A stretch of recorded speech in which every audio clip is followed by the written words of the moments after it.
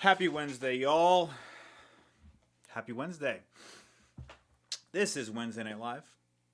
I'm Jimmy, also known as Jimmy Riggs, also known as the Doza. Every single Wednesday, we come here live, talk about music, play guitar, go over AMAs of the week, the day, whatever, and yeah, hang out for a bit. Yeah, so today I am playing my my Strat. A little different from what it was in weeks prior. I got really lazy, and so with me being lazy this past week, I ended up just buying a 920D pickguard from Sweetwater. And I already had some pickups. So this is a 59 Seymour Duncan 59 Trembucker, and these are the Antiquity Surfers. I still have the Dan Huff style pickguard, but I just wanted something that was a little bit more normal. If that makes any sense. I kept the one intact in case I wanted to swap them out. So what we're hearing today is this guitar into my Matchless Clubman, my Fender Bassman. I switched up the room just a little bit today, and so we're just gonna hang out, talk some tones, and go through any questions that might be coming in on Instagram or YouTube. Oh, I'm on YouTube right now as well as Instagram Live. So if you want to hear it in full glorious stereo, head over to YouTube, check it out. I got the chat over there as well as the one over here on Instagram. See, Joshua Harris says, how do you keep your wets from getting too out of control when you push them with gain? I tried running preamp wets on my Helix. Okay, got it. The wets going into your amp. Okay, got it. And they got way too big after adding gain. Okay. So I think one of the ways about going about it is ensuring that your amplifier has enough headroom to be able to handle the amount of signal that's going into it. At least in terms of kind of how I play. So this is kind of my core tone with the Matchless and the Bassman. So these are both amps together. So new strings, so it's going to be just a little bit out of tune. Do the boring stuff.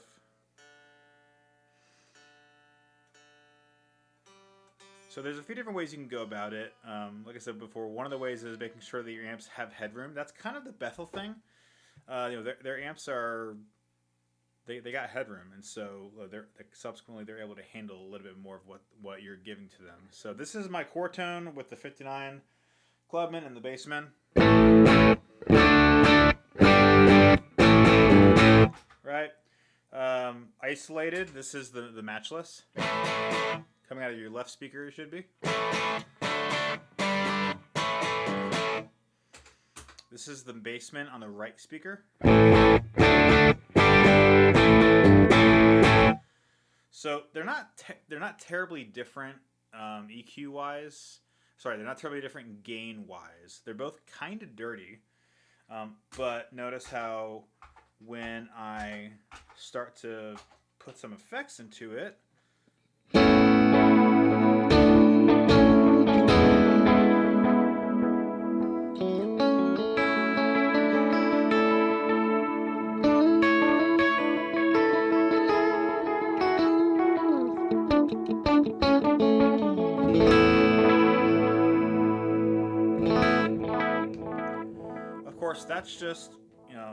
That's just delay. So when I add in my hall reverb, yeah, it's gonna take over, but that's okay.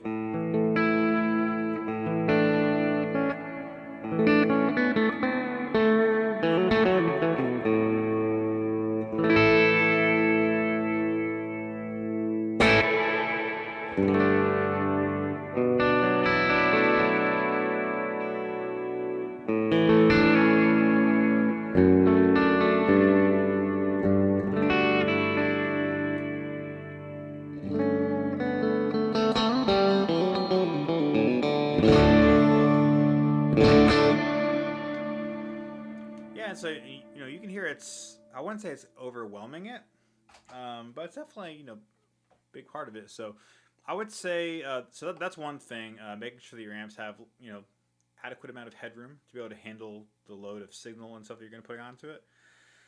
And honestly, you're probably going to find that with reverb more than anything else, because when you're putting reverb onto your amps, it's a lot of stuff. It's a lot of information all hitting your preamp at once. So let's add some gain to that. So this is our core.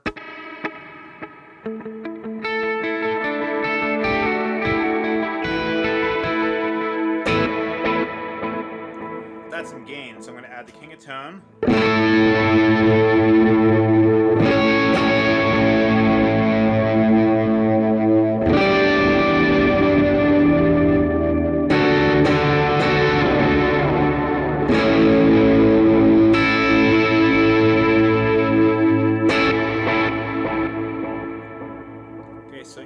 That's not too gainy. Let's add in the second stage of the King of Tone.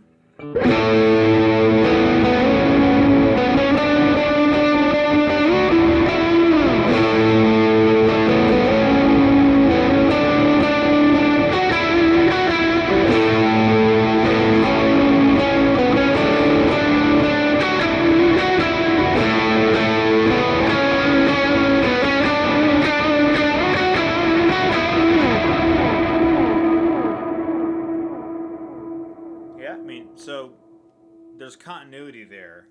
Let me go even a step further. I'll add in the Nordland. So now we have both sides of the King of Tone on and the Nordland.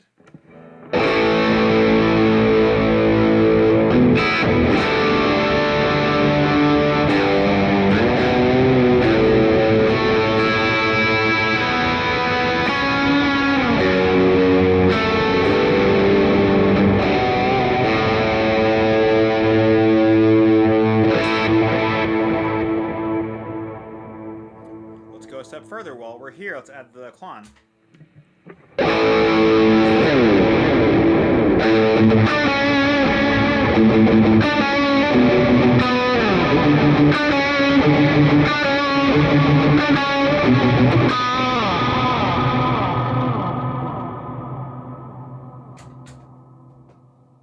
Pretty gritty, but I didn't feel like I lost clarity or anything like that.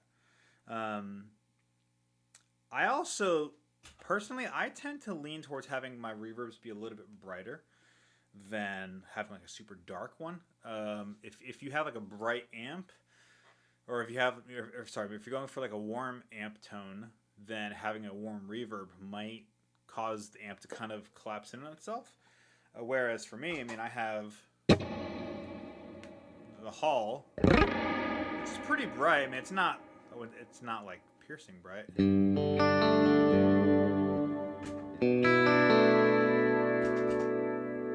Let's see what else. I have my Gravity. My Gravity. So that's a reverb that would have a lot longer of a tail.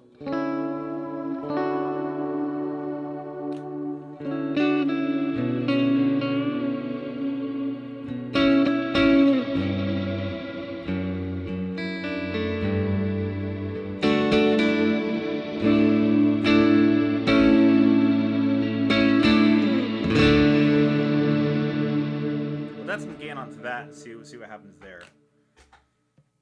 I'll just do the same thing. Oh, so I have compression on. Should I clarify that earlier?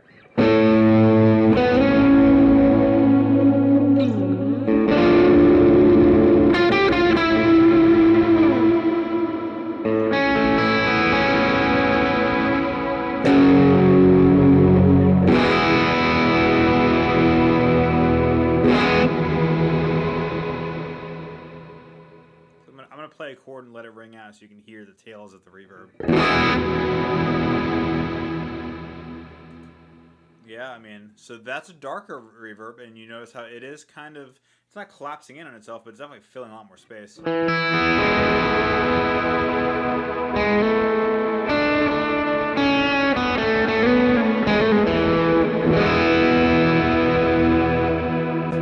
add in a second gain stage.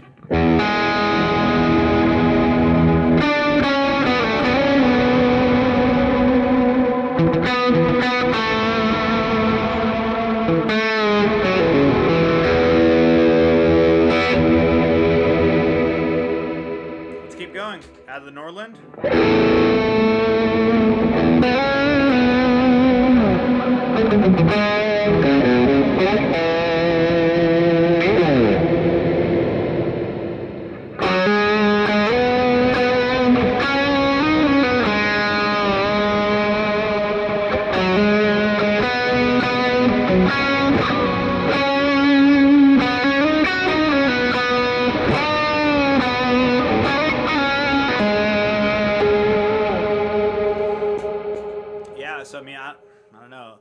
There's I think there's a few general rules of thumb in regards to the whole effects and wet level and the amps kind of collapsing on itself discussion. Pre-delay is huge for reverbs. You want to have the attack of your note.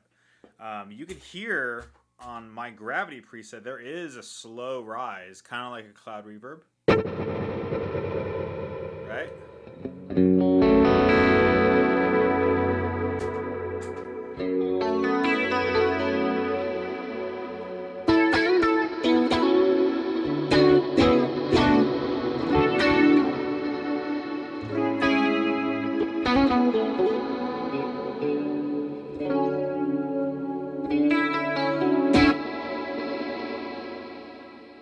So I would say if you're having issues with getting kind of the balance of your effects into your amp, first things first, make sure that your amps can handle that much signal load. And secondly, pre-delay. Add some pre-delay to your reverbs. And then lastly, honestly, just kind of bring them down. You don't need to have a super loud reverb. You can add more trails, or in Mara's case, add more feedback to your reverb, so you have a longer reverb trail, but it might not be as loud. That's actually one of the reasons why I have multiple reverbs on here. So if I have the Mercury X, which is this one, I can also blend it with the CXM, right?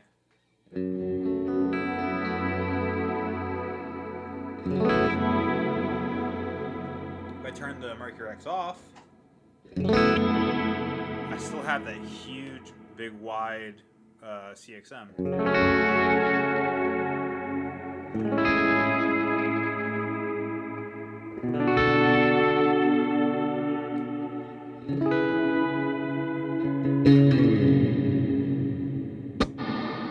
And there, you can hear the pre-delay a lot more clearly. It's that note then the. But here's the cool thing: it works really well with other effects. So if I have my delay.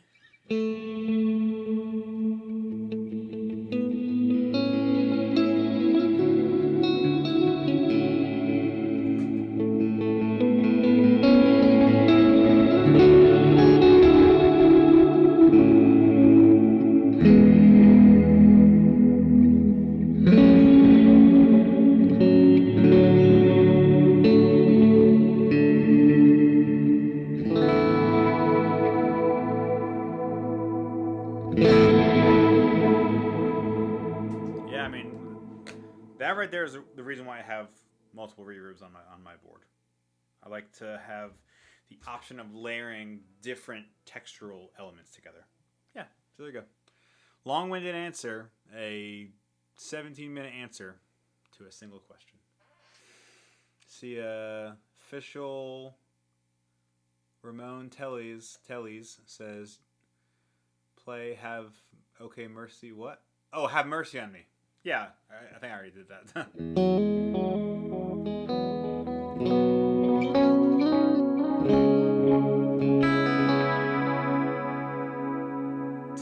Awesome. Well, thanks, man. Thank you, Josh.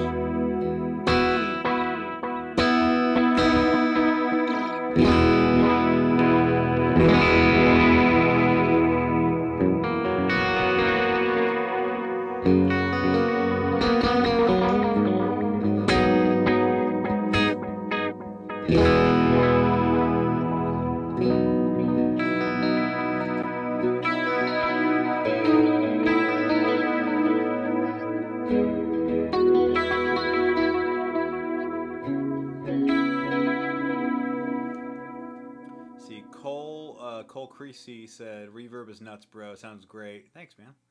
I'm still digging into the Big Sky, slowly dialing in stuff to my liking. Yeah, Big Sky is great. I had a Big Sky for a long time. I had one for a very long time. Liked it. The only reason I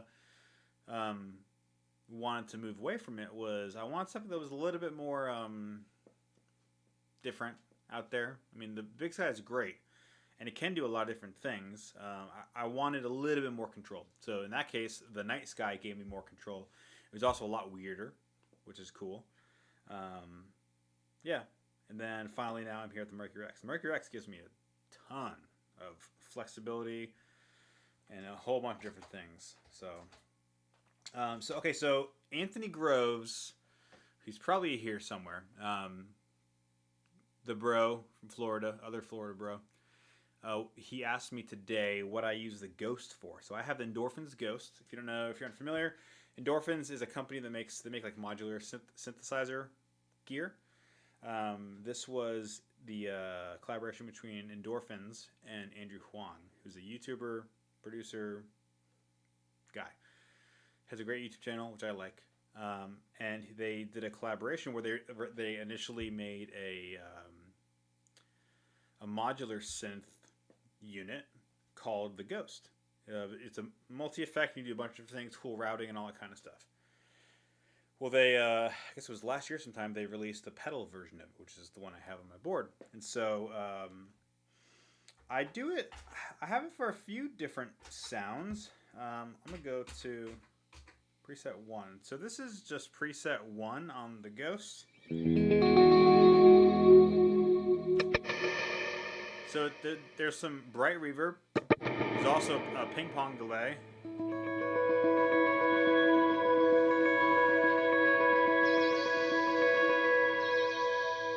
Cool thing about it is that you you have to learn a little bit about how modulation matrices work. Not for like modulation as in chorus, but like where you can tell, hey, I want this parameter to be affected by this parameter. That's kind of, you see that a lot in the synth world. So this pedal has that. It has a dedicated LFO, low frequency oscillator inside of it that I can send to different things, which is pretty cool. And then you can send it on the upside where the waveform is going up, and you can send it on the downside where the waveform is going down. If that meant nothing to you, cool, no big deal. So you can hear there's a reverb, there's a delay, there's a ping pong delay thing. If I play more notes, there's also a bit crusher.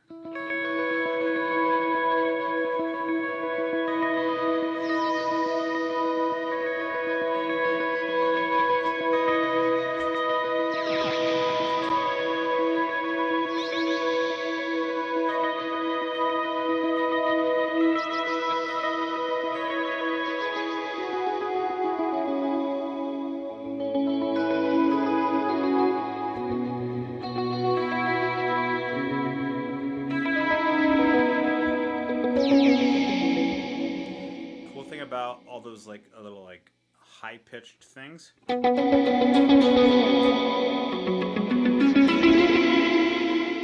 That is affected by a filter, an envelope filter that opens up depending on how hard you play.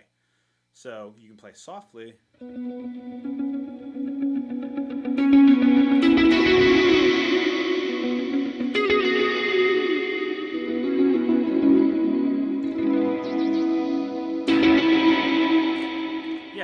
So it's just cool. It's weird.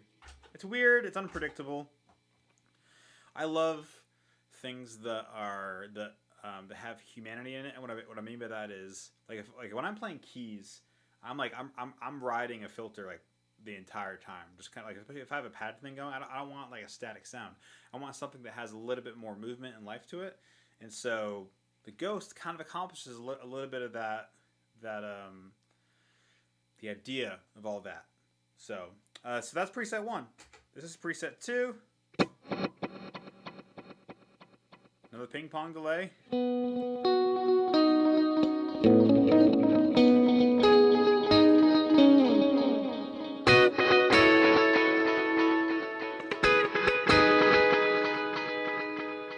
Okay, that's pretty straightforward, right? I'm going to add in the H90. What we're going to do is we're going to add in, let's see, so this is my stereo dual tremolo.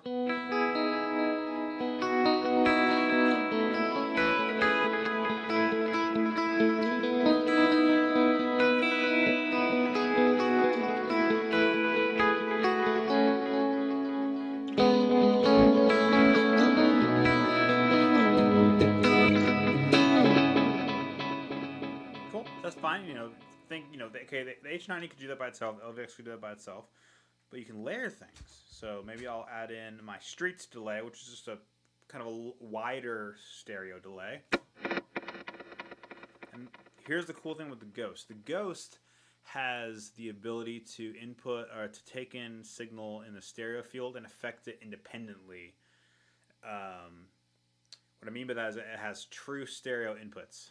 Some pedals will have a stereo input where it's actually kind of summing the signal at the input, whereas the Ghost has two discrete inputs that can, when set to the right settings, can adjust things and affect things differently in the stereo field. So that's a cool thing. See, Cole Creasy said, "What do you think of the H90? I just ordered an H9 from an X Build. Super excited to dig into it." H90 is great. I love it. I had 3 H9s at one point, and it was great. No regrets. Loved it. Like I said before, similar to the only thing the only reason why I got rid of that was I was just moving into something different. So originally I had 3 H9s, sold 2 of them, kept 1, got a Timeline and a Big Sky, right? And then the story goes, right? Had my first big mega board a few years ago with Brian and Million building it, and yeah. So all that being said, I love Eventide. They're great. Eventide makes fantastic gear, and when I first got the H90, sonically it felt so familiar. It just felt like home to me. So yeah, big fan of it. Cool. So back to the Ghost. Okay. Let me add in the LVX now. What I'm going to do is I'm going to go find kind of a more obscure preset. Here's a Reverse Bucket Brigade.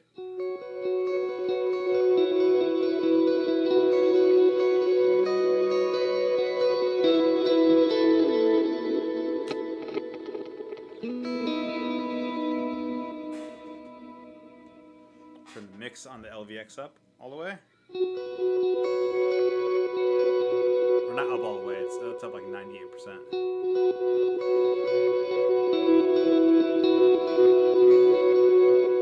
Actually, let me turn it up all the way.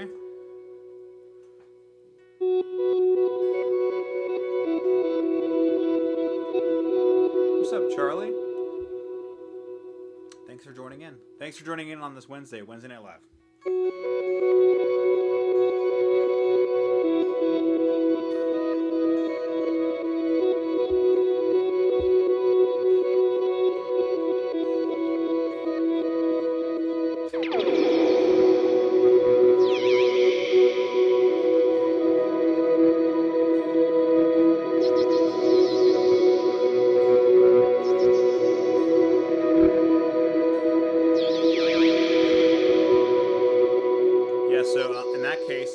Back to the previous preset.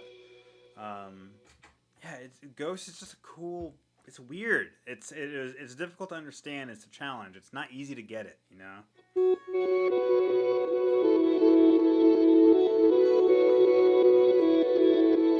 Yeah, I agree. Reverse delay is very much slept on.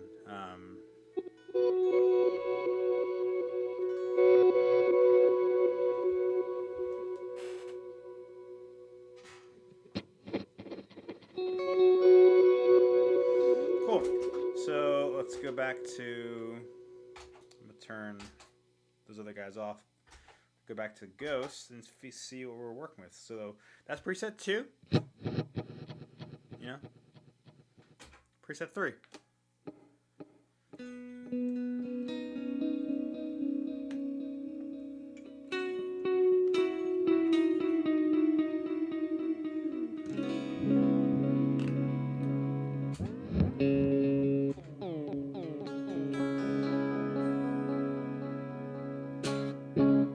Some of these I haven't really worked on.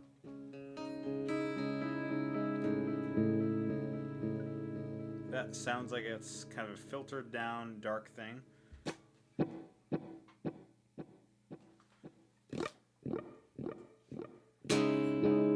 Yeah, not great, not a big fan. Ah, here we go. This is preset 4. Sounds like a lively spring.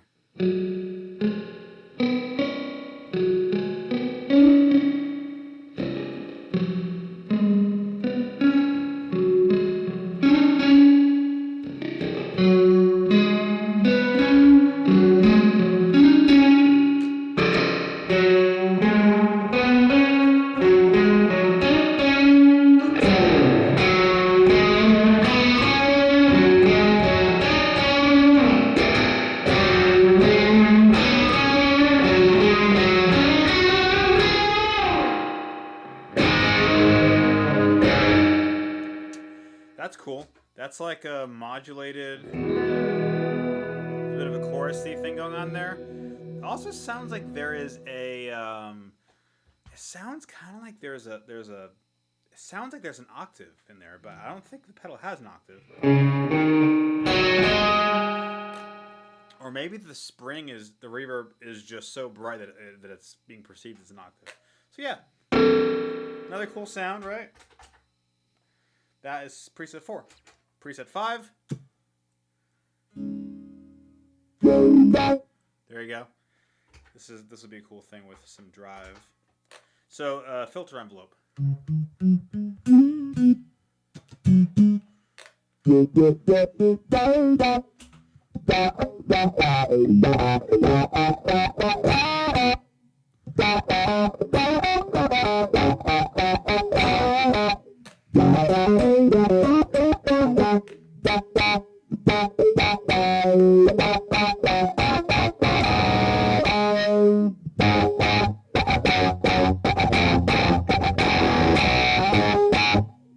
Yeah, just another weird sound. It's kind of so the H90 is like a multi-effects, a true multi-effects. The Ghost is like a what am I doing kind of multi-effects. It's a thing where you kind of fall into sounds rather than like, you know, pull up a preset and be good to go. So okay, that's preset 5. Preset 6, similar to 3 or 4. Now this is a cool thing. So the Ghost has distortion on it, which is kind of weird for a stereo pedal, right? But imagine we have a few different sounds going on.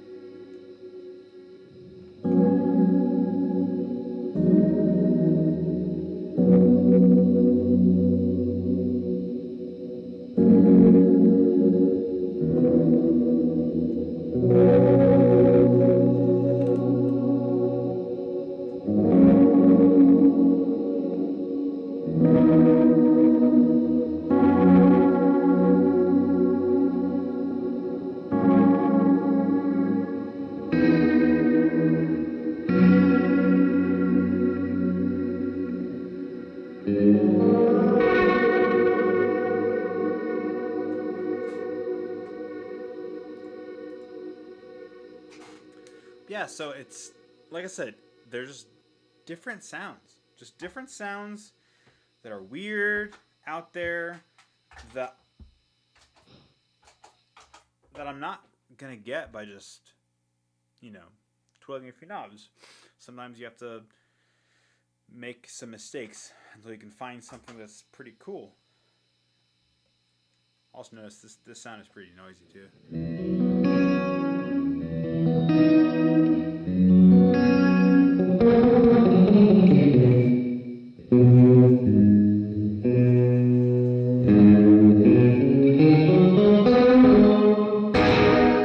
So yeah, see what's next.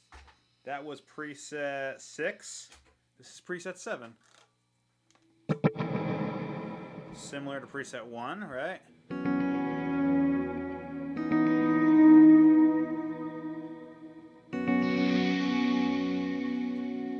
I don't know about y'all, but I love things like that.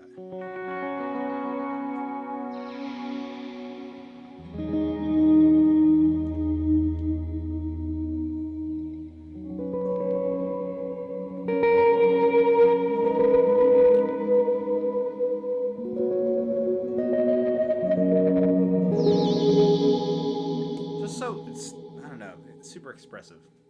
So you got some people on YouTube. Kurt Martin said, "Hey man, appreciate the great sounds in the Mayor's pedals. I'm ready to dig into new sounds. Thank you.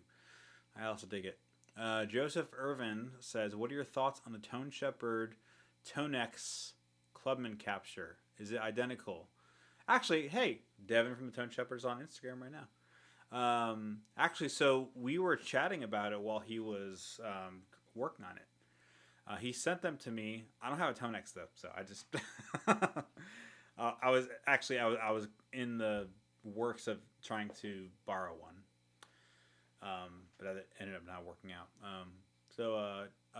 In terms of them, okay, so identical. What does that mean? Identical to my setup? No. But I'm also running a Clubman and a 112 combo with Alnico Creamback, right? I want to say Devin I think he landed on the Clubman in what was it, Greenback? I think a Greenback cab. Yeah. He's on the chat in Instagram. So actually, if you want to head over to Instagram, you could by all means chat with him there. So yeah, I mean, I wouldn't say it's identical. In fact, the ones that I have heard so far are a lot cleaner than how I set mine. So take that how you will. Okay, yeah, Devin's saying different speaker. He's using a G12M. Yeah. Which I mean, I think the Clubman. Obviously, you can use whatever speaker you want.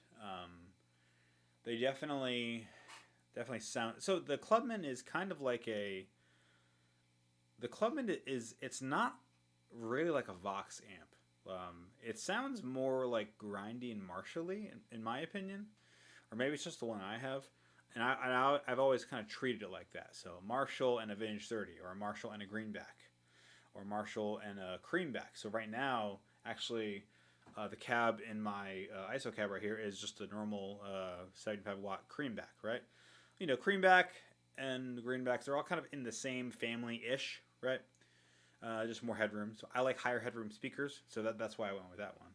So that being said, I mean, if I were to get a Tonex, or if I were to be loaned one for a little while, definitely would love to try it out, hear it, compare it, do side by side, and then maybe even make my own. So Neil legit said, "Hey Jimmy, big fan." Thank you. Thanks. Love from India. Well, love back from Houston. I love Indian food. Yeah, so weird. I love it. This is the Endorphins Ghost.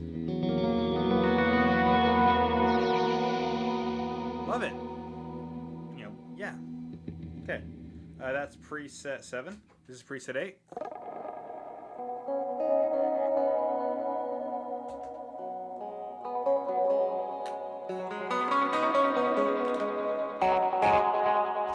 Another envelope thing.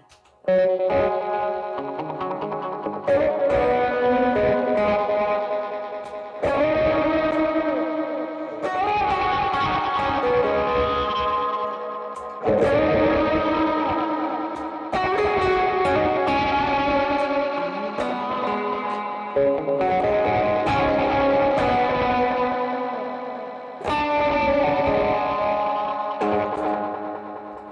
cool. Filtered-y. I mean, just imagine the little cool textures you could do. Let me add some other things onto it.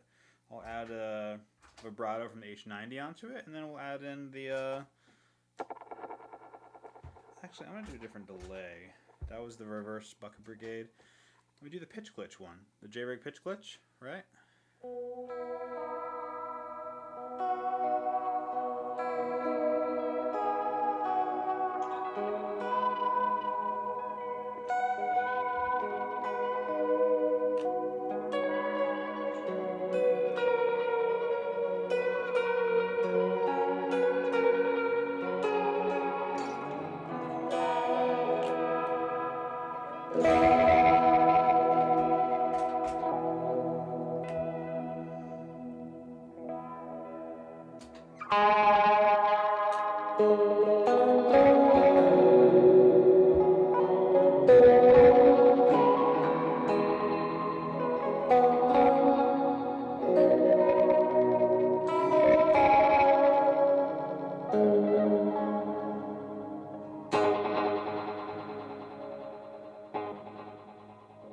So the pitch glitch preset is cool because you can. I'll actually transition into just talking about that. The pitch glitch one is pretty cool because it's a very slow delay, right? So if I were to play a chord, right, you're hearing things move across the stereo field.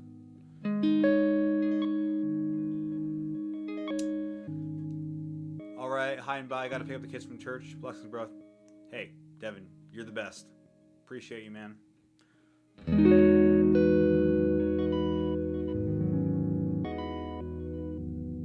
Seriously, this is such a... I love this preset.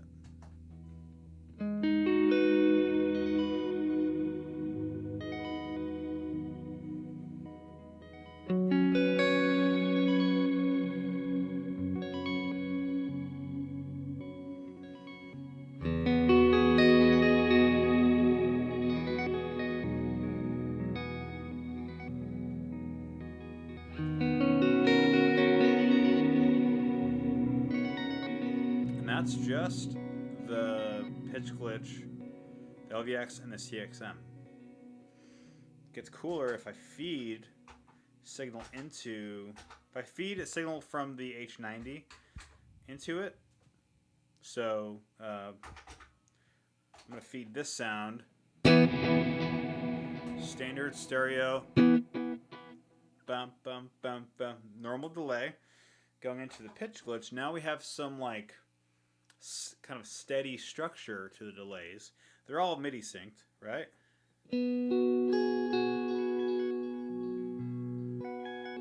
Right? And then you get the LVX doing its kind of weird stuff.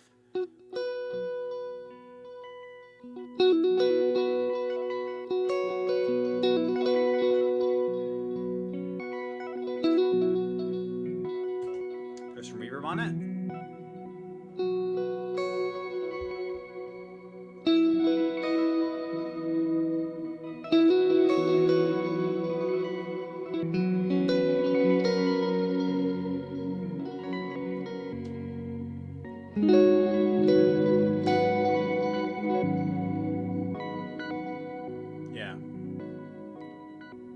So similar to the things that I've been talking about with the Ghost, the thing that I've been embracing over these last few months has been I want to be surprised by what I'm putting, so I want to be surprised by what I'm getting back from my gear. Just putting in a of course I can do a dotted eighth, quarter note delay, plate reverb, cloud type thing, gravity, whatever, and that's a great tool, but it's just so fun to play a chord and see where the chord takes you.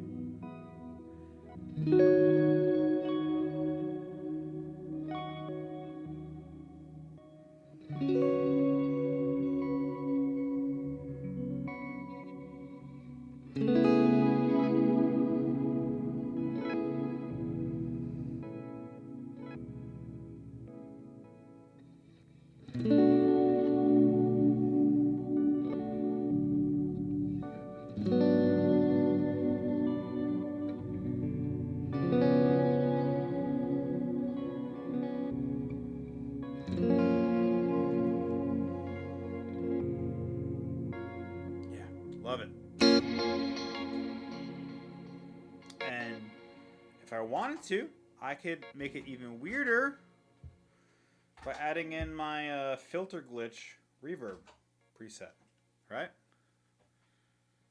So I'll just play a one note. So now you have the delay doing its kind of stereo field panning thing. But now then you also have the same. You have something similar coming from the Mercury X.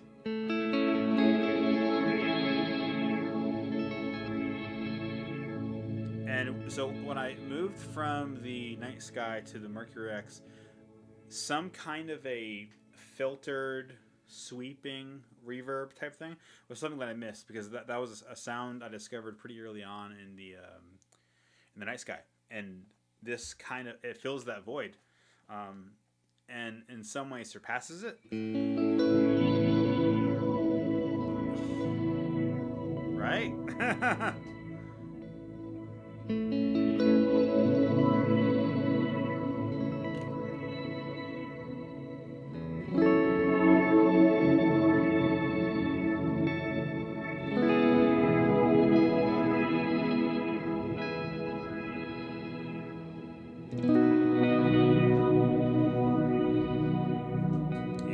So cool. So anyway, back to Ghost.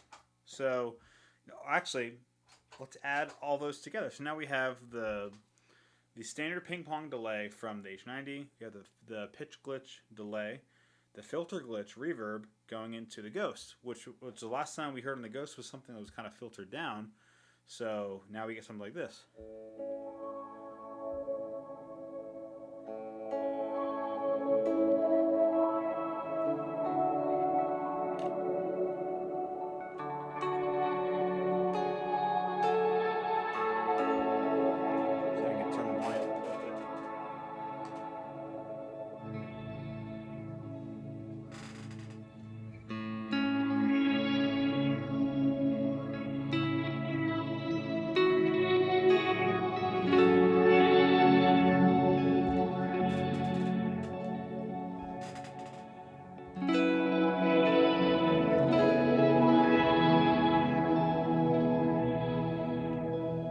Start taking some things away. Let's take away the LVX.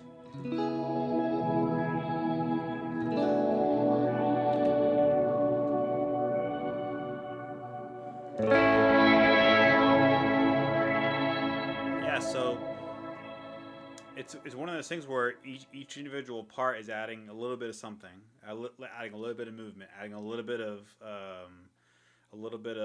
randomness, going into something that's kind of like something that is very expressive, that where you can open up the envelope based on how hard you play. So I can do the super soft thing.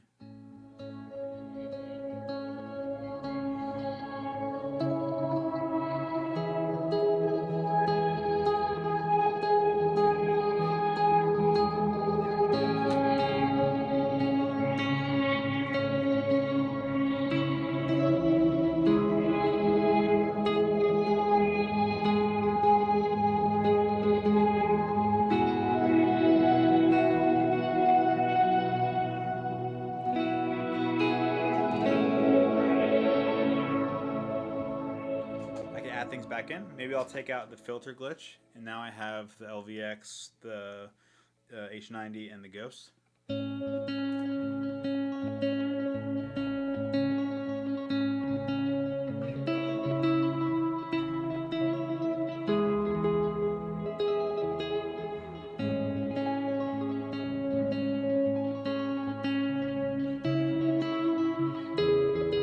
What's cool about this sound now is that because I don't have this like crazy expansive reverb, the only reverb that I have is coming from the Ghost, and everything else is a delay. You get a little more clarity.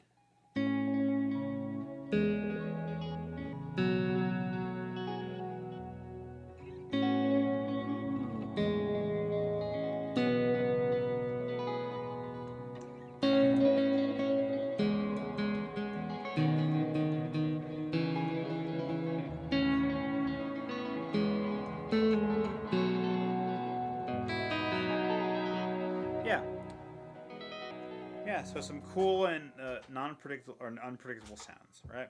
So that was preset 8, preset 9, kind of similar to some of the previous ones, except now we have a chorus.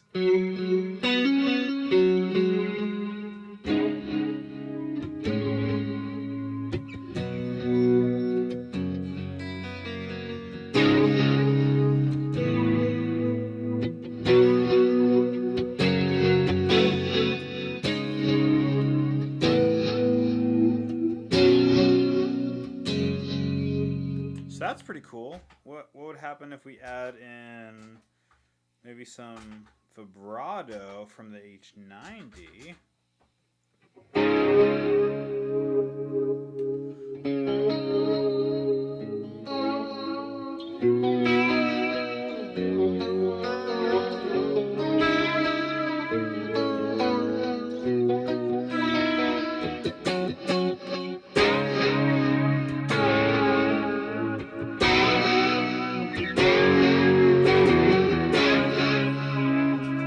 Cool. Let's see if we add some drive. Yeah,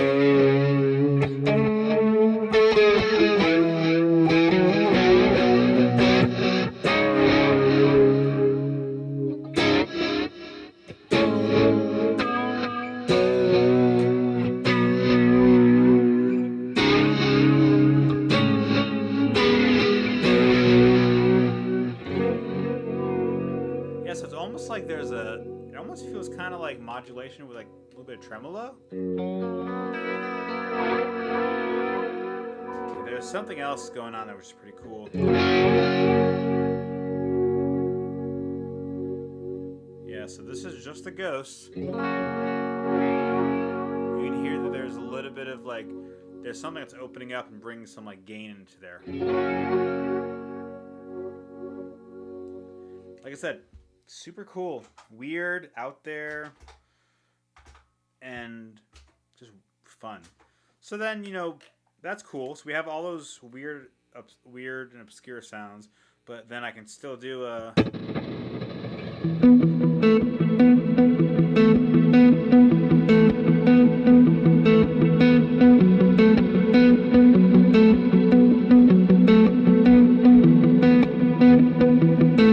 So it's all possible.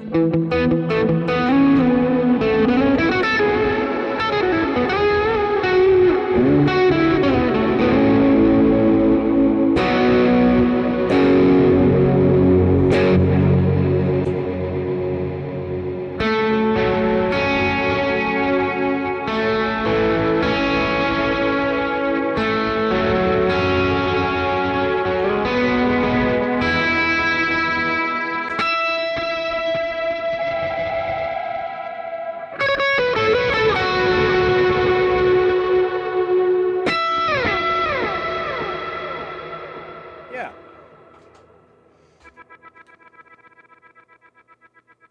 Some cool movement.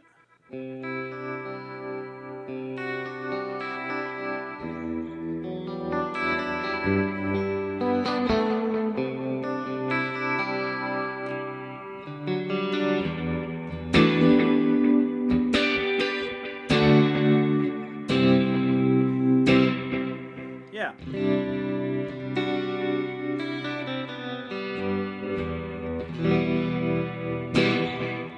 Yeah, just some fun sounds. Yeah, that's this. These are all. So everything that I have on here serves a purpose. It serves the purpose for, you know, trying to find new and innovative sounds while also being able to cover kind of standard sounds, right? So that's why I have the H90. That's why I have the two Maris pedals and the Ghosts. When I'm playing and when I'm creating sounds, I don't want to be limited by what I can do in terms of inspiration. So when the inspiration hits and I'm like, oh, I wonder if I can do blah blah blah blah blah, and then, you know, I just kind of fool around with the LVX or the Mercury X or the Ghost or whatever, and then start combining them. Then you get these really really cool sounds. Obviously, this is a pretty standard sound. This is just a tremolo and plate verb and tape delay.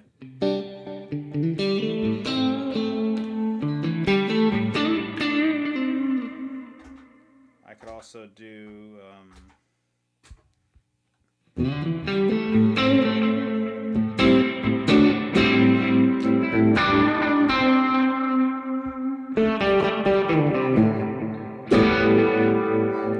pretty cool, actually. That's a harmonic tremolo. It's called Flint-ish. That's dope.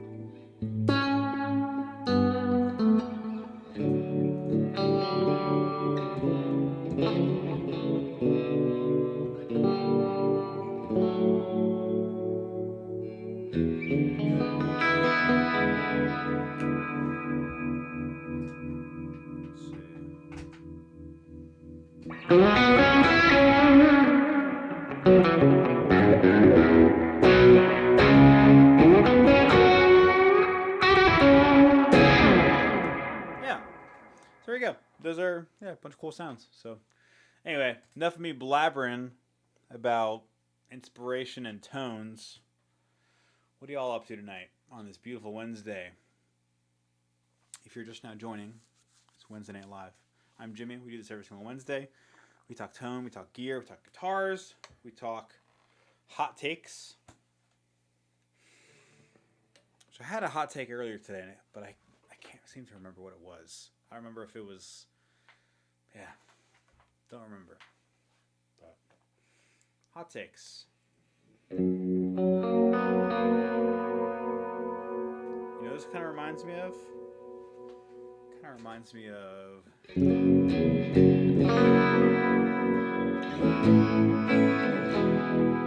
Any of you Alice in Chains fans? Oh, nice. Joshua Harris said, "I'm currently at my Helix adjusting the things you told me." Okay. What are you finding? I wish they could. I wish you could have people hop on Instagram Live when you're doing it on your computer. Because that'd be a cool discussion.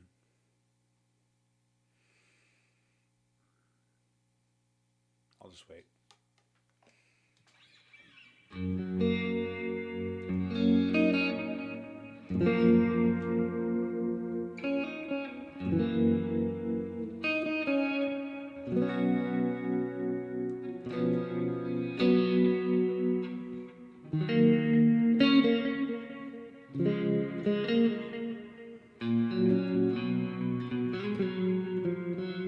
Brandon Blattner. Say, I did turn down the gain on my amps and everything cleaned up nicely. Or real nice. Nice. Yeah, it's weird, man. I mean, obviously every player is different. Like, I know Jake likes his amps to be pretty dirty. And, I mean, you know, in fairness, my amps are kind of dirty too. Yeah, you know, just giving your amps some room to rise, I guess. You could also run your effects in post. Some people like that too. Actually, I actually did that for a long time. Back when I was doing a wet dry wet rig, I had my guitar mic'd up in the closet, and then I would use a line out from my torpedo captor going to my pedals. And the IR on the captor would then feed in front of house in the stereo. It worked. It was a cool sound. Felt like what I would do in the studio with, like, you know, reverb sends and delay sends. So, you know, the reason why I have my board the way it is now is so that I can go back to that if I want to. Kyle, welcome to Wednesday Night Live. Kyle's a great bass player.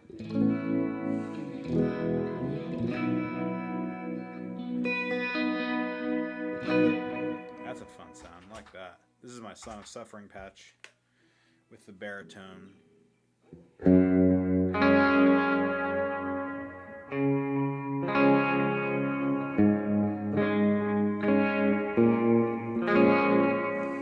Yeah, I run my effects post when I play at church, but at home I like the feeling of preamp wets. Okay. I mean, you know, figure out what works best for the venue. Your church might actually prefer having the effects be a little bit more saturated just because of going into the amps. I was on the fence for a long time. And honestly, in a lot of ways, it took a long time.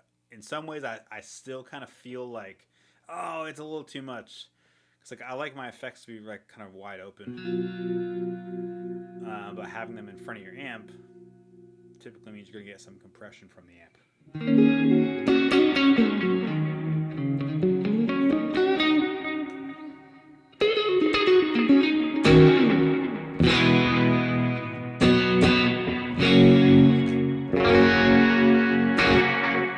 Y'all, this guitar is gonna be gnarly.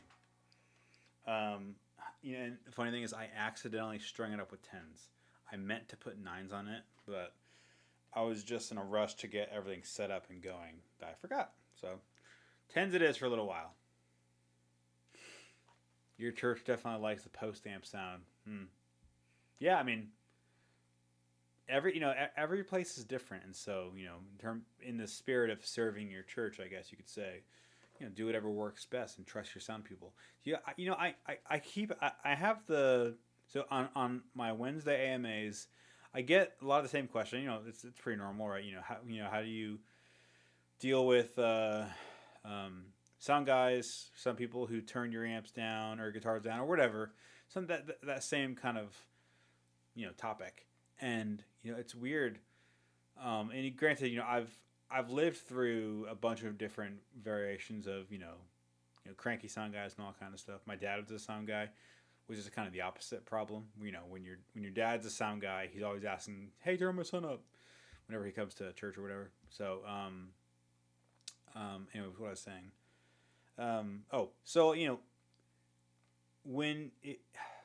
I think you have to become friends with your production team.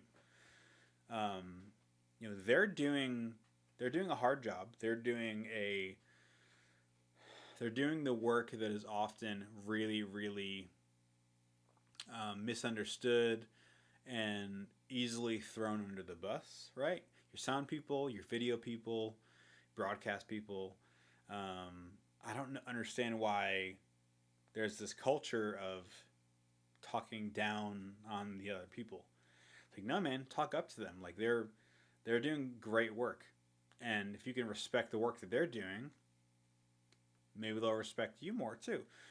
So, like, I've said it a million times. I'm a huge fan of becoming friends with your sound people, becoming friends with your broadcast people, all your production team, your video, your lighting people. Like, they're doing dope stuff, and so, like, you got to learn how to celebrate the people who are doing that side of the church service, or that side of the event. It doesn't even need to be a church thing, and because there's a lot to be learned from that. It could be a cool thing where you build a relationship with the lighting tech person, and then all of a sudden you're able to better serve what they're providing for the service.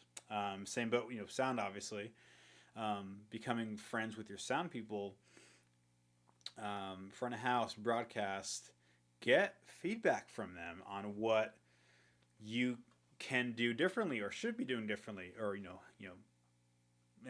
I brought the example up the other day of Jemuel, where he ended up kind of switching to a different amp sound based on the PA of the room and all that kind of stuff, and it's great. So you remember, we're all on the same team, we're all on the same team together, providing this worship experience for our church. And so don't belittle the other people. Don't belittle, to make it spiritual. Don't belittle their worship just because it's different than yours. So, and you'll grow from it. You'll probably get better at tone.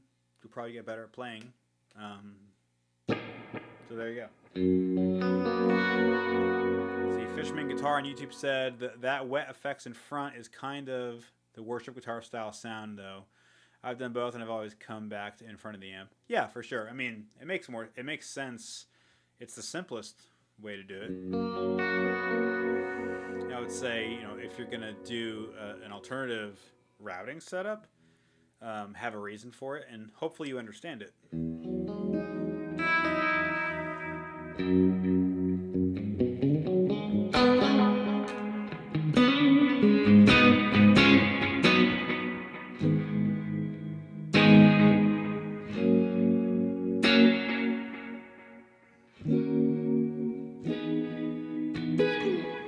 That's so nice. That is so nice.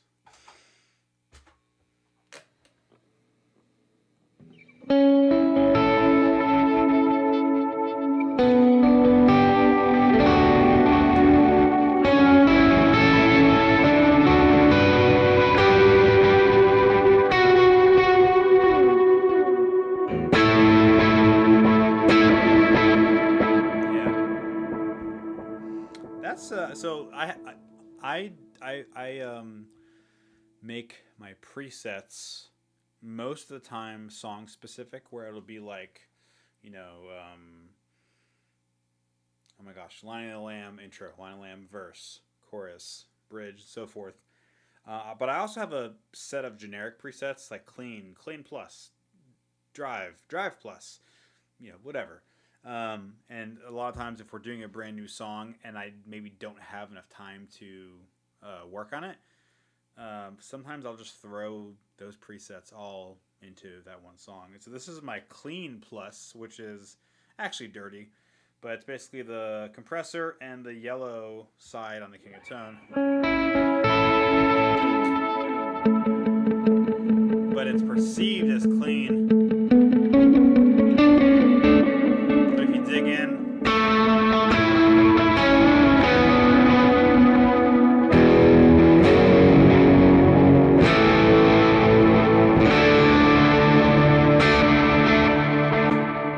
This is my drive, which is the compression and the ODR.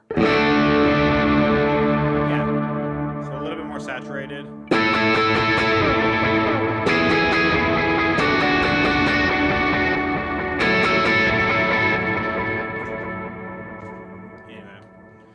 Cool. You know, we are basically right up about an hour here, and it looks like things are kind of dying down. So I'm going to hop off, but thanks for joining this Wednesday Night Live. I do this every single week, aspirationally, every single week, unless things come up. And, yeah, maybe I'll play us out for the next minute or two.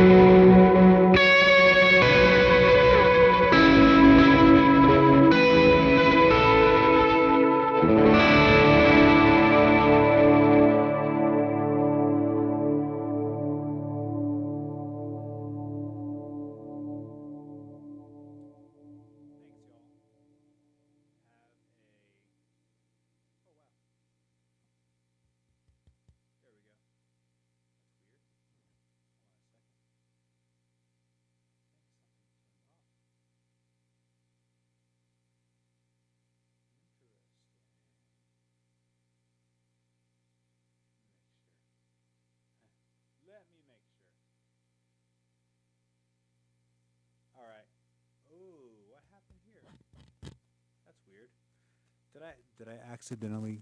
Oh no! Did I damage the ribbon?